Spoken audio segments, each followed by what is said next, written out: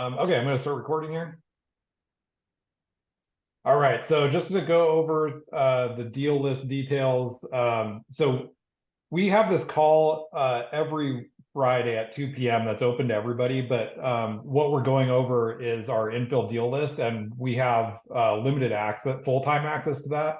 And so how you get on this list to see the details all the time is you go through some training that we have recorded. I think those are all up on YouTube. They might be private links, but basically, if you're a realtor, we just ask that you either attend in person or watch the replay of our sessions 1 and 2 of infill development and building, and then also session 3, which is our Zoom call that explains how to look at the deal list and how to read what you're seeing, basically. And then for realtors, we also have them sign an agreement stating that if you're going to use the strategies that we're suggesting with buyers, that you'll introduce us to your buyers early on in the process. And then for realtors, we also have free marketing campaigns that we provide that you can co-brand with us as well for your marketing purposes. If you're an investor, so you can also get full-time access to the list, and there's just a couple requirements with that. Number one is we have you sign a buyer's representative agreement with one of our sponsoring realtors. So we have about a dozen realtors on the list that have gone through the training. So we refer people to those people. If you already have a realtor that you work with, you can still use them if you want. They just have to go through the training as well and go through the stuff that we mentioned above.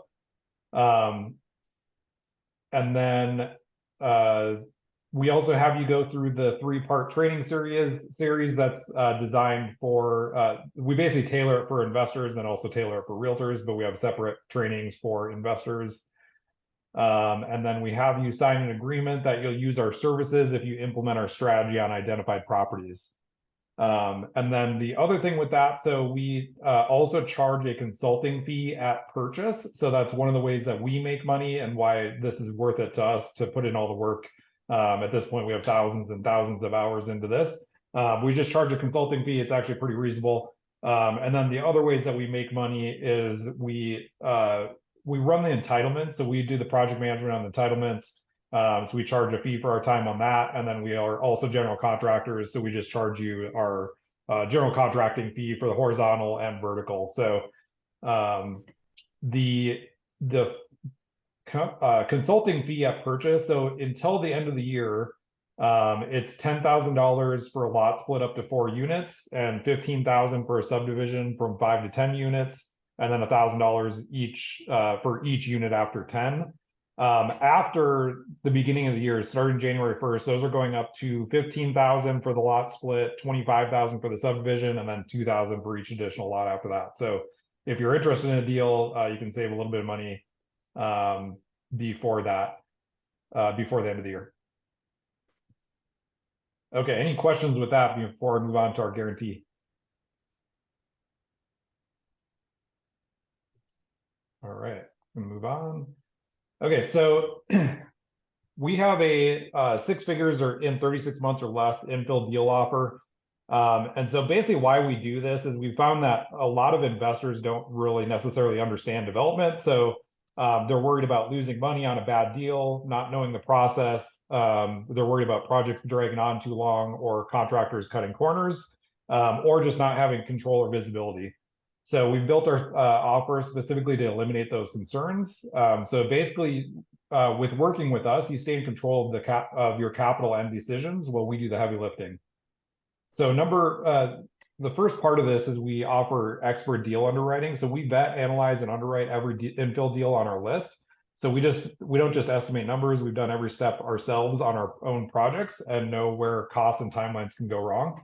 We also give you offer and negotiation support. So we guide you and your realtor on how to structure and present offers. So since we've been the buyers ourselves many times, we know how to get these deals accepted. Number 3 is step-by-step due diligence. So you're never left in the dark. We walk you through due diligence step-by-step. In fact, we actually do 90% of the due diligence for you. We have a 13-page due diligence checklist that you'll receive, and 90% of the responsibility is on us. You just follow along, and then the 10% is stuff for you. And then at the end of this phase, you decide whether to proceed. So you'll know the risks and numbers, and they'll be laid out clearly for you. Number 4 is we can do the renovation of the existing house if it's necessary. So on a lot of these deals where we split off a lot from the existing house, a lot of them are older houses. Some of them have been remodeled, some of them haven't. So if it does need a renovation before it's livable, we can actually renovate it using our systems, trades, and experience. Number 5 is entitlement management. So we manage the entitlement process with the city. We've been through the pitfalls and know how to minimize delays and keep projects moving, or grease the wheel, so to speak. Number 6 is horizontal development. So this is where we manage the land development process. So we work with our subcontractors to keep the costs competitive and timelines efficient. In fact, when I look at other people's deals, my horizontal development, even with our fee, we're usually less cost than what other people are paying their horizontal guys. So number 7 is vertical construction. So this is primarily where we make the majority of our money. So we oversee every step of the construction. So we have all the subcontractors and processes in place. We're a well-oiled machine so that we can avoid the expensive mistakes and timelines. So a few bonuses that we offer with this. So number 1 is we're going to give you the ultimate guide, introduction to infill development. That's free for everybody to download. We also provide you with our due diligence checklist. So that's that 13-page due diligence checklist that you follow along with the process. Number 3 is before the end of due diligence, we're going to provide you with a 1-page underwriting worksheet that we'll base our guarantee on. So this acts as the final go or no-go underwriting for you to base your final investment decision on. So at the end of the project, we'll compare the results with this guaranteed underwriting worksheet. So going into this, we're going to be super conservative because we're guaranteeing the outcome. We're going to be conservative going into it. And so when you have that final 1-page sheet, we'll compare that when it's all said and done and make sure that it lines up with what we guaranteed. Number 4 is we're going to provide you with the entitlement process checklist and projected timelines. And then we'll also provide you with our complete construction process and inspection checklist. And then another neat thing that we do as a builder is we actually provide you with a third-party home inspection report. So it's inspected at 4 key phases: framing and rough-ins, drywall, interior and exterior finishes, and then the final inspection. Sometimes that final inspection is actually 2 separate inspections, so it ends up being 5 inspections, just because the final usually have a few last-minute things that we have to fix, and then we do a final report that shows all the fixes. So this just gives you peace of mind that you have a quality home, even behind the walls and between the studs. Number 7 is we're going to host a monthly progress call. That's anticipated to start at the beginning of the year. That's where we're going to review all current projects for all of our clients and as well as our own. And then we'll address all the progress made and then any challenges that came up with it. So this is going to be open to everybody, both people that own projects, are invested in our own projects, or anybody that's just curious to see where we're at on stuff. So number 8 is this is where we get into our guarantees. So we're going to provide you with our entitlements guarantee. So we guarantee that if you don't achieve the unit count that we underwrite. So for example, this week's deal is we have it penciled out as 8 units. So when we get to the end of due diligence, we're going to say, okay, we can for sure get 8 units on this property. And then if we don't get 8 units, let's say we only get 7 units, then we're going to waive our next fee or apply it towards the development costs. So then number 9 is we're going to provide you with our underwriting guarantee. So that's that 1-page sheet that we talked about earlier. So we're going to guarantee that if the project doesn't meet at least 100% of the cash flow or profit projected at final underwriting, we're going to refund you up until it does. So we're going to limit that to $50,000 per deal, or if it's like one of these larger subdivisions, we'll modify it for that deal as well. So it probably won't be $50,000 per door, but it'll be something significant. And what we do is we actually are going to withhold those funds until the very end. And so let's say we, you buy a deal and we're saying that you're going to make at least $100,000. If you only make $75,000 on that deal, we're going to refund you 25 of that $50,000 guarantee, so that you make 100% of what we projected you to make. So basically we're kind of a partner in this. You're going to own the deal, but you're not, we're actually going to share some of the risk because, ultimately, we understand that there's a lot of trust that has to go into us as the developer and builder, and you as the investor not, knowing, or done developments before. So we're partners in this, and we, share the risk with you, even though we don't own the deal. Okay. Any questions about anything that I covered in any of that?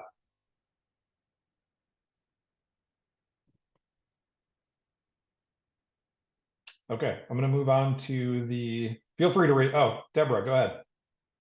Sorry, I had to remember where the raise hand was. How long does a typical project take? Like, can you put up, 4 units as quickly as you can put up 1 or close to it if you're doing it on a lot split?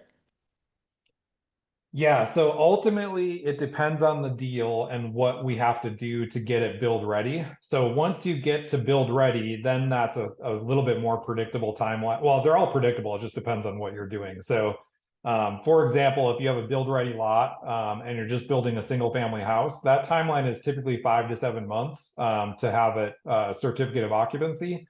And then from there, it's, if you're going to sell it, then you have to, wait a couple months to get it, marketed and sold and closed and that kind of stuff. But, and then if we're so I would say the majority of our deals where we're doing lot splits, so you're keeping the house and splitting off a lot, the typical timeline is going to be 6 to 12 months to get it fully entitled. Fully entitled means that you've gotten an approval from planning and zoning, city council, if that's required. And then you also have, if you have, site improvements that need to be done, like, roads, sidewalk, sewer, that fun stuff, then you also have those civil engineering plans stamped and approved. So that whole process, depending on what's all involved, takes anywhere from 6 to 12 months. The city of Boise also, they have incentives now where you can actually, get easier approvals if you meet their incentives. So sometimes those projects, if you go the incentive route, you save some time there. But that's typically still 6 months is pretty standard minimum on that. Then you have the development phase. So if you're doing a lot split or subdivision, so then it's time to put in the infrastructure. So if you have to do roads, sidewalks, sewer, curb, gutter, all that fun stuff. Depending on the size of the project, that the actual construction and what needs to be done, the actual construction can take anywhere from 1 to 4 months. And then after that, you have to get the plat signed typically, and that process takes another 3 to 6 months. So the horizontal development in total can take anywhere from 6 to 12 months again. And then the final part is the construction, like we mentioned, that's usually 5 to 7 months if it's multi-unit. So let's say on this deal this week where we're doing it like an 8-unit subdivision, more than likely, if you're going to sell all of them, we're going to probably do it in 2 phases and build 4. Maybe when they're halfway under construction, then you start the other 4. But you just don't typically want to overbuild. So like if you know that the absorption rate of these units are going to be, the first 4 are going to take, 6 months to sell, then you probably don't want to build 8 at the same time and have them sitting on totally on the market for a year. So you want to kind of stagger them a little bit depending on the absorption rate. But the physical construction, whether it's 1 unit or 4 units, it's basically the same. In fact, when you're building multiple units, there's some cost efficiencies there. So sometimes your cost goes down a little bit. The timeline might take a little bit longer because if you're using, let's say, 1 or 2 framing crews on 4 houses, it doesn't take super long to frame a house, but they're going to go from one to the next. So that just adds a couple weeks to the timeline in total. But that's also good because they end up being staggered, for sale at the end. So, if you price it right, you may have one pending while the other one's finishing up, and that kind of, staggers like that. So hopefully that answered the question. But anyway, so as far as like total timeline, I usually going into these, if you just have in your head, it's a year for entitlements, a year for horizontal, and then a year for vertical. That gives you kind of a rough idea how long it's going to take. Some of them take shorter, and then if you're doing a multi-phase larger development, sometimes they can take up to 5 years. But excellent question. We have also seen deals where in fact, there's one on the list right now. I don't have the address on it because it's off market and the sellers aren't sure what they're going to do, but it's actually a house that can be flipped and then they own the lot next door and it's already a separate lot. So there's like literally nothing you have to do to get that lot separated. So it's ready to go. All you need to do is get building permits. So that whole project could be done in a year. So there's certain circumstances like that where you can actually minimize the time frame as well. That's just a rare deal. Do you have time for one more question? Yeah. So on those bigger projects, so I'm bringing my investor today, he's supposed to show up. If it can take up to 5 years, how does that work with your guarantee? Yeah, so we still look at it at the very end and compare that that final result to the original guarantee. Typically over the course of 5 years, unless something major happens for a prolonged period of time, usually the chances of it, the sale price being higher at the end than what we originally looked at is pretty great.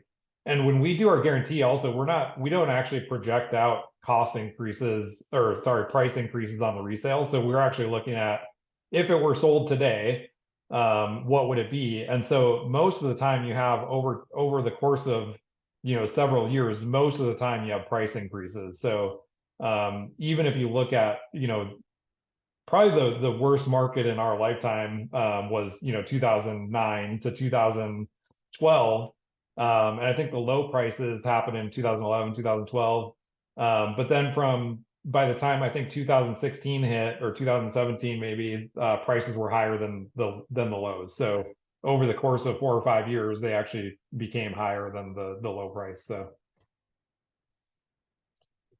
or sorry, higher than the highs before they hit the low price, I should say.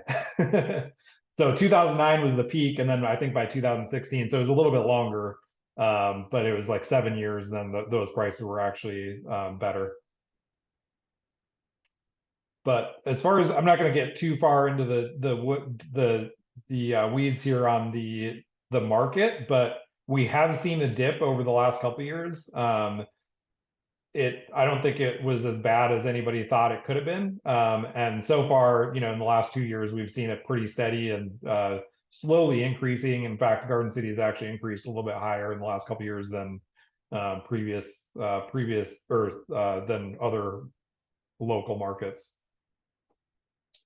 Okay, I'm going to jump into the list here. I'm going to share my screen. So we're first going to cover the deal of the week this week. So this just came on the market this morning or late last night, but I saw it this morning.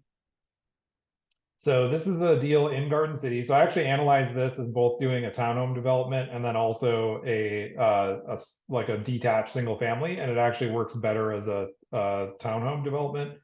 And so this location, actually I already have it pulled up here. So this part of Garden City, so this is west of Veterans Memorial. So there's a clear lineation in Garden City of east and west of Veterans Memorial. I'd even say like east and west of 38th Street area. So you have on this side of Veterans, your resale prices are typically a lot lower, 20% less than they are over in this river district. But there's still all kinds of development going. In fact, this is my development right here that we're having an open house later. So literally right across the street, this is on a little private lane. So I actually have great comparables because this house is actually pending. This one's sold, this one's pending, and I have 2 more lots over here. But we have great comparables for what we think that they're going to sell for. So that's actually the great news.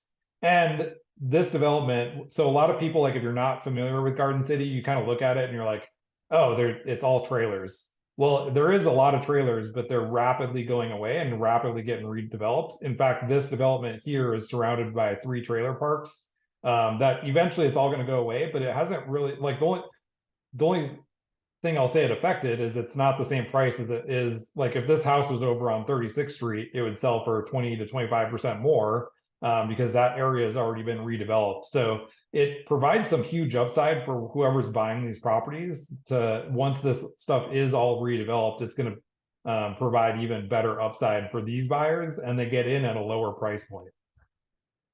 But yeah, this location, so what's kind of interesting about this is it's already on apparently a public street, but it doesn't meet public street requirements. There's likely an easement here. That is all factored into my costs and the site plan.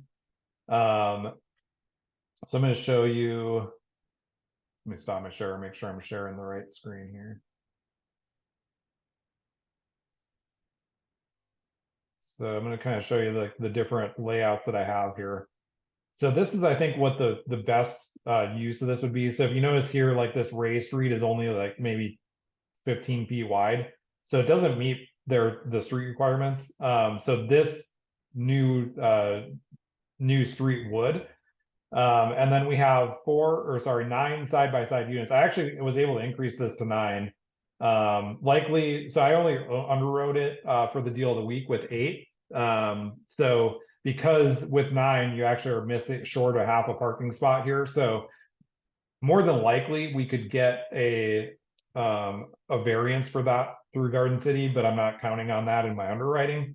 And then this does meet the open space requirement. These do look long and skinny. So these are tandem garages. And then these units have,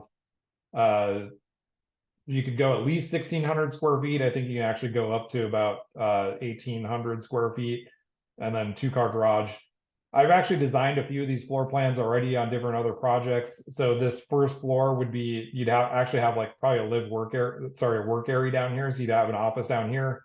Second floor would be your kitchen and living room, and probably another one of the bedrooms for the middle units. On the top floor, then on the end units, it'd just be a kitchen and living room area, a great room. And then the third floor on the end units would be 3 bedrooms. And then on the middle units, you'd have 2 bedrooms with the third bedroom on the second floor. The reason why you have to do that is for access purposes. But this is actually, I should have pulled up those floor plans. It'd take me a minute to find them now, but they're actually super functional floor plans, and they'd be live work units, which are great for Garden City. Kind of meets that need for people that like to work from home in that area. Kind of everywhere. A lot of people are going to that kind of functionality. So the nice thing is you can design a new home that kind of meets the modern standards for living. This is the same layout with detached single family. This would be we'd have to kind of modify this slightly, more than likely, because we'd have to get some parking in here. We'd have to have 3 parking spaces. More than likely, I would address that with parking along the side here or here and move the sidewalk to the other side. So there's ways around it. These would just become a little bit smaller, but these are more than enough square footage to meet what I have in my underwriting. However, the detached single family just don't pencil out necessarily on this deal. And jump back into the numbers on this one here.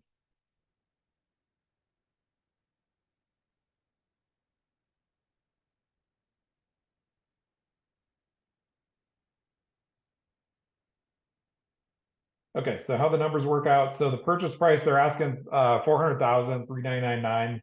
I underwrote this with the assumption that somebody's going to buy the land for cash.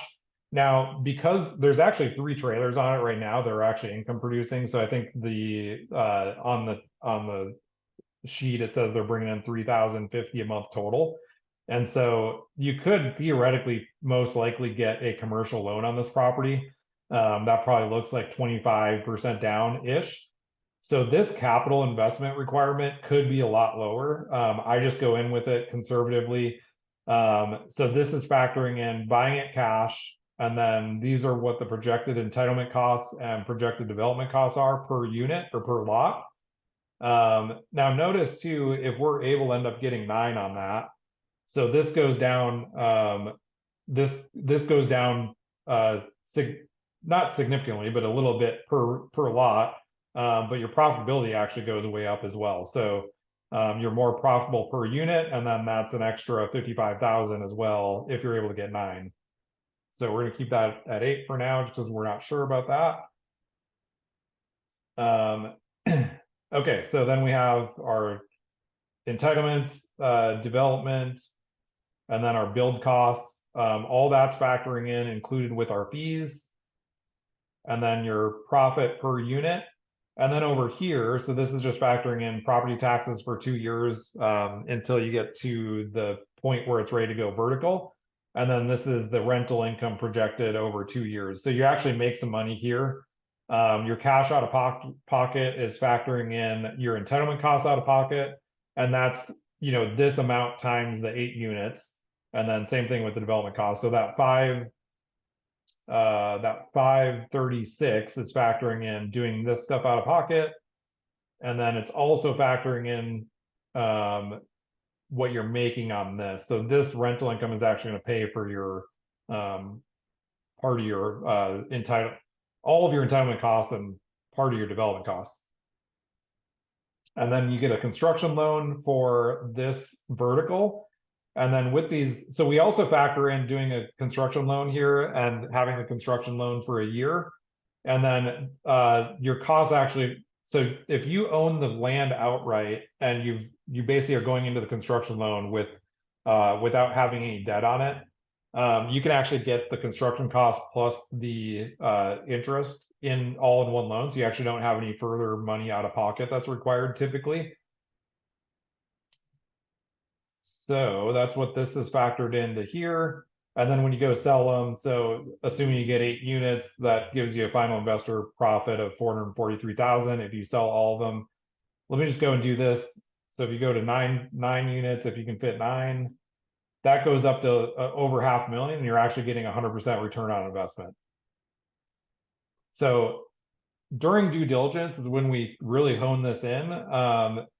And if somebody's interested in this, we'll talk a little bit further on it. But ultimately, you don't know for sure until you have an approval from city council. And then that due diligence is going to give you, get you 90% of the way there. Ideally, you don't close on it until you have an approval from city council or planning and zoning. But a lot of times that's not very easy to do with the sellers.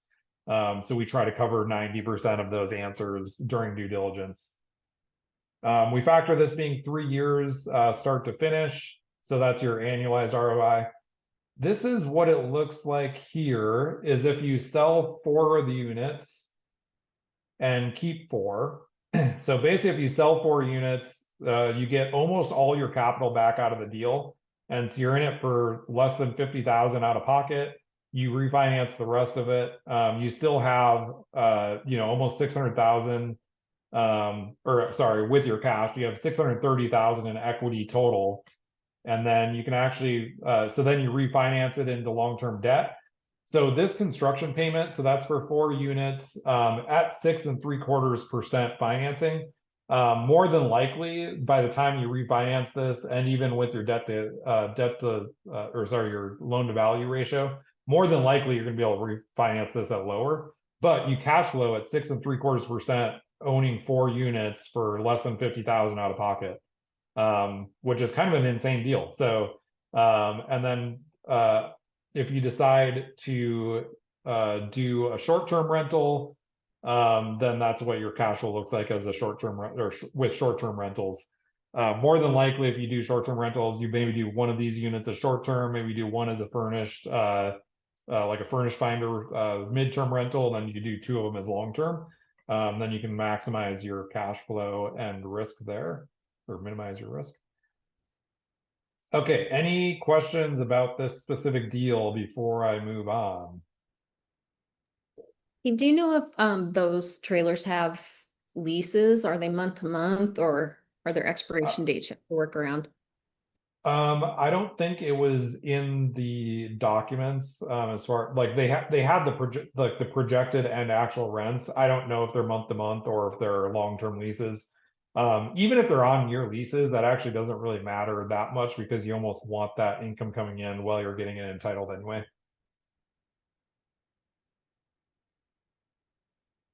And this one with Garden City, the entitlements, you just expect it's going to take at least a year.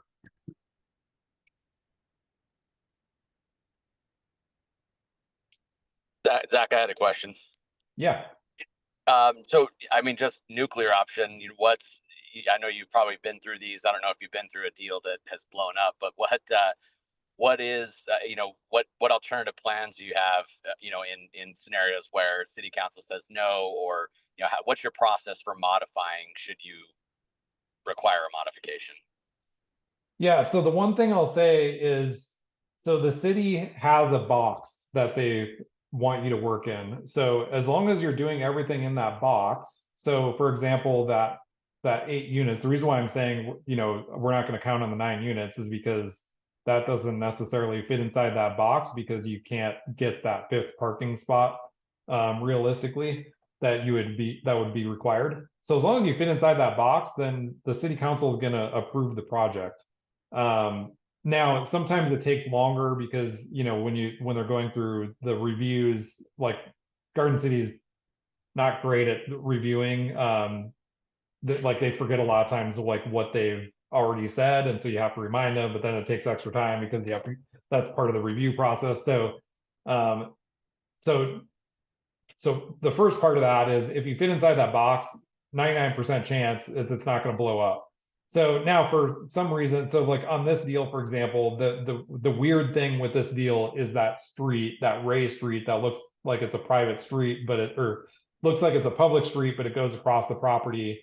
So worst case scenario is, and by the way, like during due diligence, we're going to find out 90% of the information that we need to know anyway.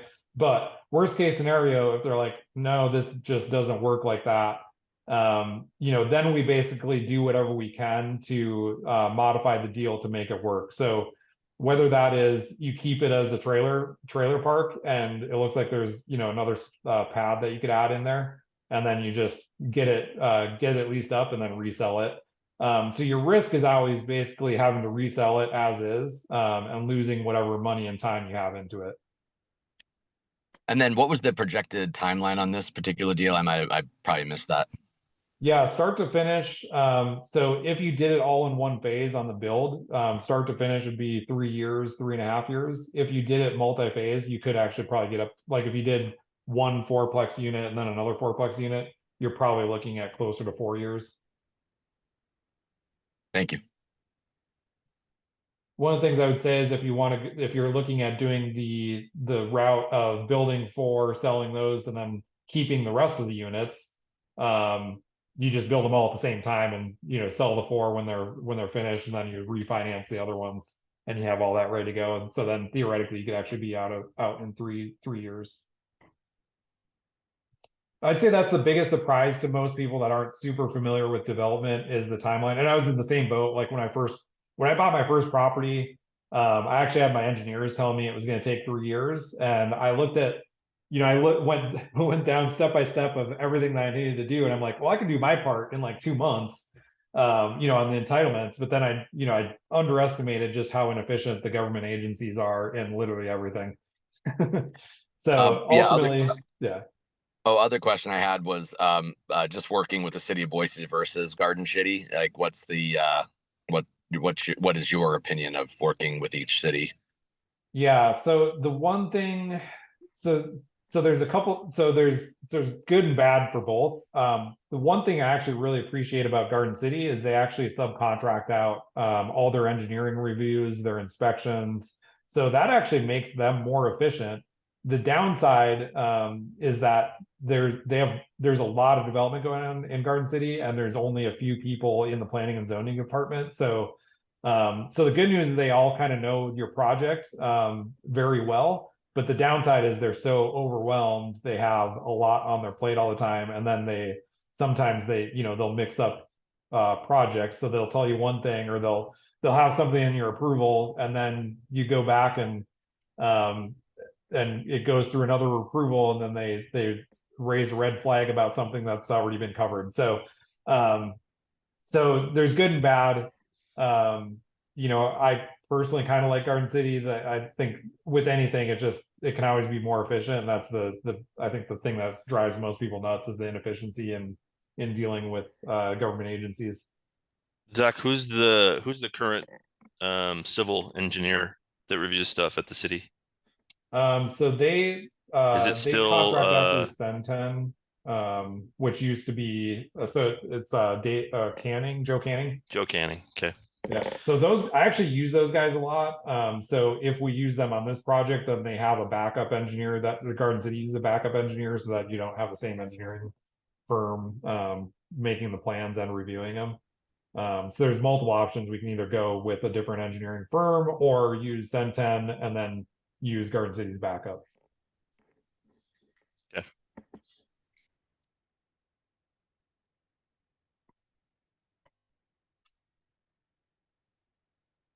Okay. Any other questions with this one?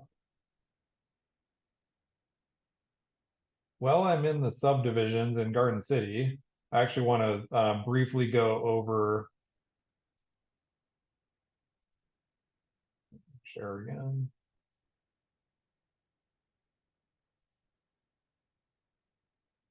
I'm going to briefly go over a couple other deals on the market.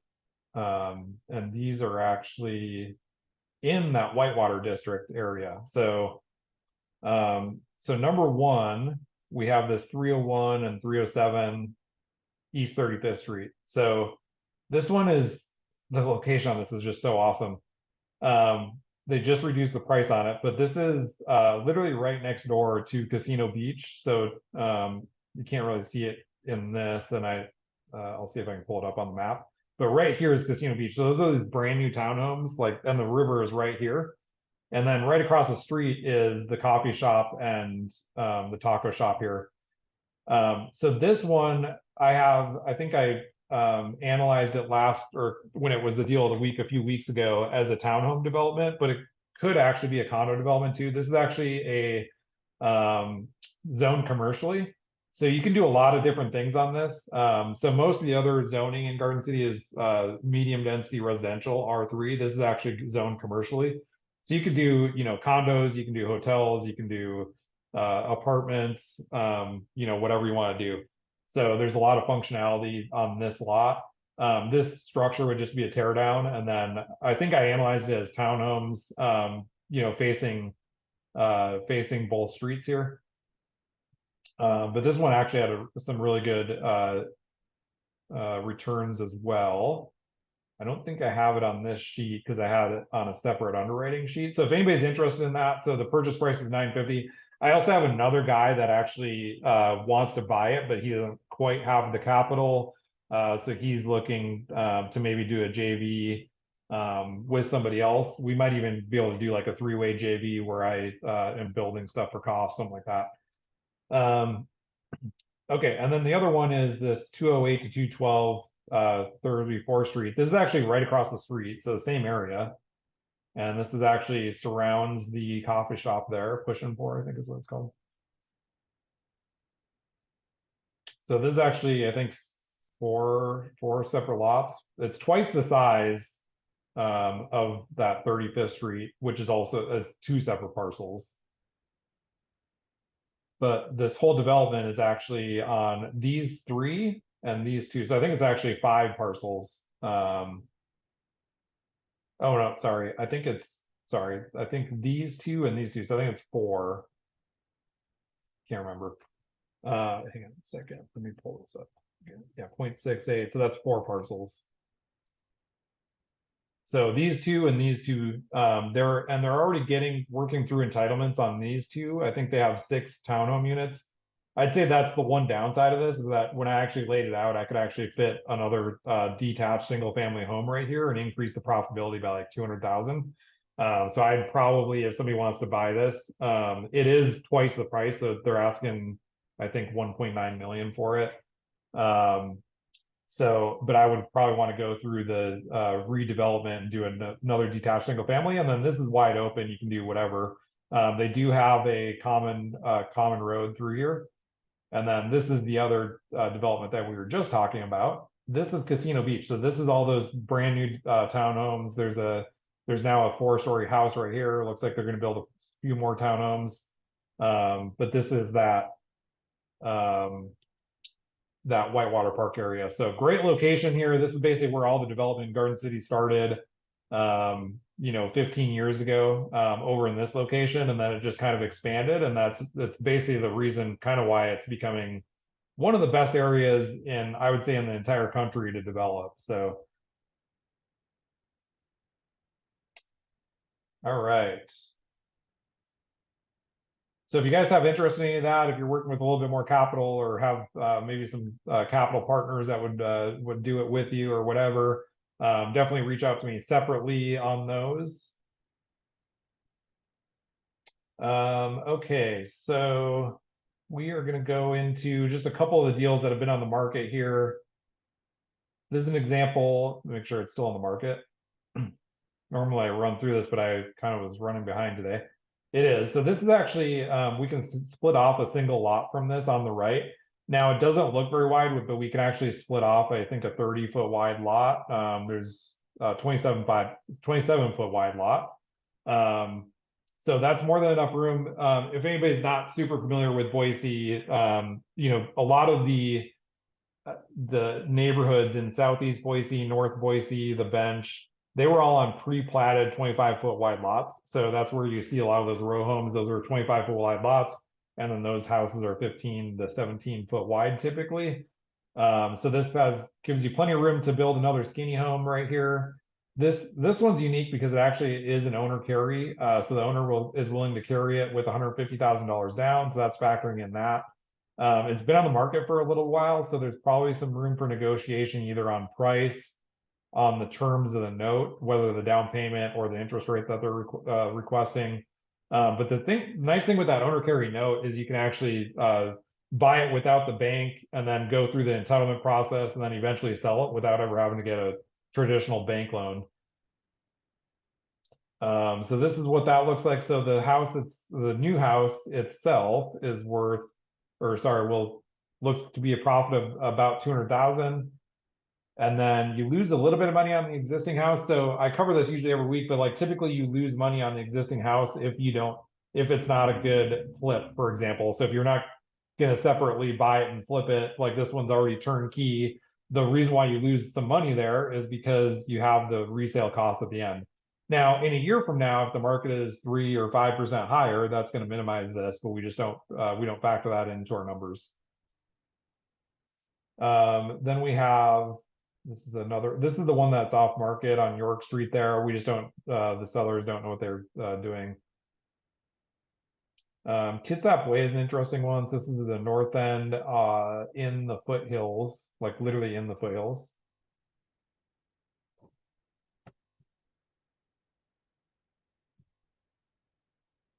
So this one, again, turnkey house. It's on 2.5 acres. Normally on 2.5 acres, you can do more than one unit, but basically 2 of the acres are literally hillside, like on the side of the hill. But it does have a nice flat building lot that we can actually split off down below. So this section right here, it'd be kind of similar to this, where we can the house sits right here, so we can actually split off this part right here. It already has its own driveway. So it looks like you could have a nice flat lot there ready to build. So that's another interesting one with some good numbers. And then some of these other ones not so good because it has projected losses, so we won't go into those. This is an interesting one too. This is our deal of the week last week. It's build ready lots, so they're already split lots, 2 separate lots. And when I analyze this, it looks like we can build 2 triplexes with 2 ADUs. Theoretically, you can build 4plexes there. It just opens kind of a new can of worms and higher costs. So the ideal situation is to get the same amount of units by doing 2 triplexes with detached ADUs. And then you save some costs and requirements from the city with parking. But this one looks great profitability wise, and especially if you're whether you're looking to sell or keep them as rentals. This actually cash flows really well if you keep both units.